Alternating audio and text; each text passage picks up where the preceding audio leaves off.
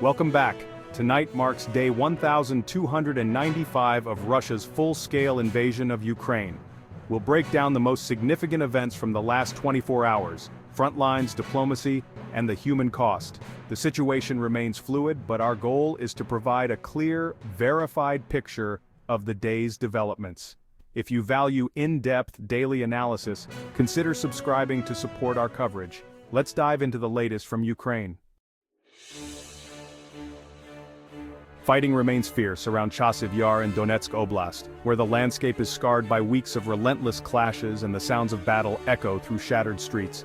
Here, Russian forces have renewed their push, unleashing heavy artillery barrages and sending in small, mobile assault groups under the cover of darkness, hoping to break through Ukrainian defenses. Russian claims of capturing high points near the Seversky Donetsk-Donbas Canal are hotly contested. In these devastated urban ruins, control can shift back and forth within hours, making the situation highly volatile and unpredictable. Ukrainian forces report repelling multiple assaults each day, but they acknowledge the pressure is relentless, and the cost in casualties and resources is mounting with every attack. A soldier from the 92nd Assault Brigade told us, "They come in waves, we push them back, and another wave comes. We are holding, but the cost is high." Exhaustion and determination are etched on every face. Further south, near Robotyne in Zaporizhzhia, Ukrainian counterattacks are underway. These operations aim not just to seize ground, but to disrupt Russian logistics, supply lines, and troop concentrations, slowing the enemy's momentum. The Institute for the Study of War notes these are tactical moves designed to prevent a larger Russian offensive from gaining traction, buying time for Ukrainian forces to regroup and reinforce. The front lines remain a brutal war of attrition, with no major breakthroughs. Every meter is fiercely contested, and the land between the armies is a deadly no-man's land. The battle for Chasiv Yar is especially significant, as its outcome could shape the entire Donbas front for weeks or even months to come, influencing the broader course of the conflict. Both sides are locked in a grinding struggle, with localized initiatives and counterattacks shifting constantly, making the situation fluid and unpredictable. The cost in lives and equipment is mounting on both sides, as the human and material toll of this conflict grows heavier with each passing day. This is the reality of the Eastern Front today, a place where every day brings new challenges, and the outcome remains uncertain. Overnight, Russia launched a major missile and drone attack, unleashing a barrage of weapons that lit up the night sky and sent millions of Ukrainians rushing for shelter. The strikes targeted Ukraine's power grid and vital port infrastructure, aiming to cripple the country's energy supply and disrupt its ability to export goods. A thermal power plant in Poltava was hit, sparking massive fires and causing widespread blackouts in the region. Emergency crews worked through the night, risking their lives to restore power and prevent further devastation. In Odessa, port facilities were struck yet again, threatening not only Ukraine's grain exports but also global food security, as these ports are crucial for feeding millions worldwide. Kiev's air defenses managed to intercept all incoming threats, lighting up the sky with explosions. Still, the psychological toll on residents remains high, as every night brings new anxiety and fear. One resident described the routine. You hear the siren, grab your go bag, and wait for the all clear. You don't sleep. You just hope your home is still standing when you emerge. President Zelensky condemned the attacks as energy terrorism, calling them a deliberate attempt to break the spirit of the Ukrainian people, and renewed urgent calls for more advanced air defense systems from allies. He warned that every delayed shipment of air defense is a permission slip for Russia to take more lives, stressing the urgent need for international support. Ukraine's air defenses are effective but stretch thin across a vast country, with crews working around the clock to protect cities and critical infrastructure. The ongoing campaign against energy infrastructure is designed to demoralize, disrupt daily life, and plunge entire regions into darkness and uncertainty. The threat from the air is constant, and the human cost is growing, with more families mourning loved ones and communities struggling to recover after each attack.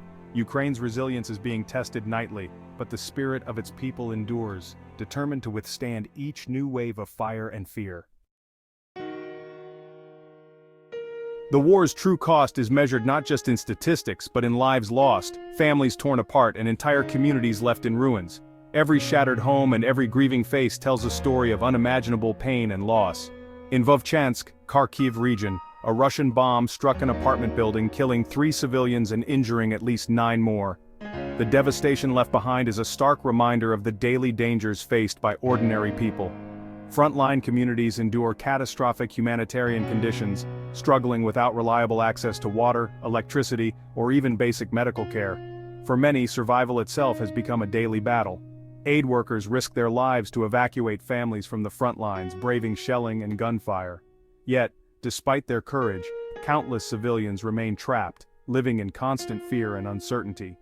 UNICEF reports over 2,000 schools have been damaged or destroyed, forcing children to learn in shelters or online. Their classrooms are now basements and bomb shelters, their childhoods stolen by the relentless violence of war. The psychological trauma for Ukraine's youth is incalculable. Many children struggle with anxiety, nightmares, and the loss of a sense of safety that every child deserves. Ukrainian prosecutors continue to identify victims and document war crimes in liberated areas, working tirelessly to bring justice and closure to grieving families. Each name recovered is a story reclaimed from the statistics, a life remembered, a family's grief honored, and a small measure of dignity restored.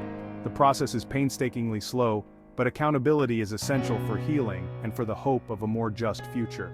The suffering is immense, and the need for humanitarian aid is urgent. Every delivery of food, medicine, and supplies is a lifeline for those who have lost everything. The world must not forget the human faces behind the headlines, each one a testament to resilience, hope, and the enduring spirit of the Ukrainian people. This is the war's most devastating legacy, a generation marked by loss and a nation forever changed. Diplomacy is as fierce as the fighting. The EU's Josep Borrell condemned Russian attacks as barbaric, while Germany called for tighter sanctions on those aiding Russia. Moscow dismissed Western criticism and insisted its operations target only military sites, demanding recognition of its territorial claims as a precondition for talks. Turkey's President Erdogan again offered to mediate, urging both sides to return to diplomacy. At the UN, Ukraine presented evidence of civilian damage, but Russia's veto blocked any resolution. The diplomatic stalemate continues, but efforts to mediate persist. The war of words shapes global perceptions and keeps the door to negotiation, however narrow, open. The world is watching, but peace remains elusive. Military aid remains vital for Ukraine's defense. The U.S. announced a new $400 million package, including HIMARS ammunition, artillery shells, TOW missiles, and Patriot interceptors. The UK delivered Storm Shadow cruise missiles, extending Ukraine's reach behind enemy lines. Germany debates sending Taurus missiles, weighing escalation risks. Lithuania sent drone jamming gear and armored vehicles. Smaller nations' contributions are crucial on the front. Every shipment helps Ukraine hold the line. Aid decisions are complex, balancing military needs and political risks. The coalition supporting Ukraine is broad, and every contribution matters. Sustained support is essential for Ukraine's survival. Sanctions and economic measures are another front in this war. The EU's new sanctions ban Russian LNG transshipment and target Russia's shadow oil fleet, aiming to cut Kremlin revenues. Russia's central bank holds rates steady amid inflation and wartime spending, signaling economic strain. Ukraine received $1.5 billion from the IMF to keep basic services running. International aid is a lifeline. Attacks on Odessa's port sent wheat prices up, showing global markets remain sensitive to the conflict. The war's economic ripple effects reach far beyond Ukraine and Russia. Sanctions enforcement and financial support are key to shaping the conflict's outcome. The economic battlefield is as critical as the military one. Political maneuvering continues on both sides. Ukraine's parliament passed a new lobbying law, advancing anti-corruption reforms vital for EU integration. President Zelensky balances wartime leadership with deep structural reforms. In Russia, Putin prepares a diplomatic tour of Central Asia, seeking to strengthen alliances and counter Western isolation. Reports of tension within Russian security services hint at internal debates over strategy. China criticized new EU sanctions, calling for a political settlement and maintaining its neutral stance.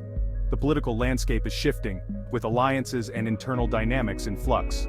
Every move on this chessboard shapes the war's future. Western allies responded swiftly to Russia's latest attacks. NATO condemned the strikes as war crimes and increased Black Sea surveillance. The EU announced €500 million in humanitarian aid, supporting Ukraine's civilians while tightening sanctions. The UN expressed alarm over civilian casualties, urging all sides to protect non-combatants.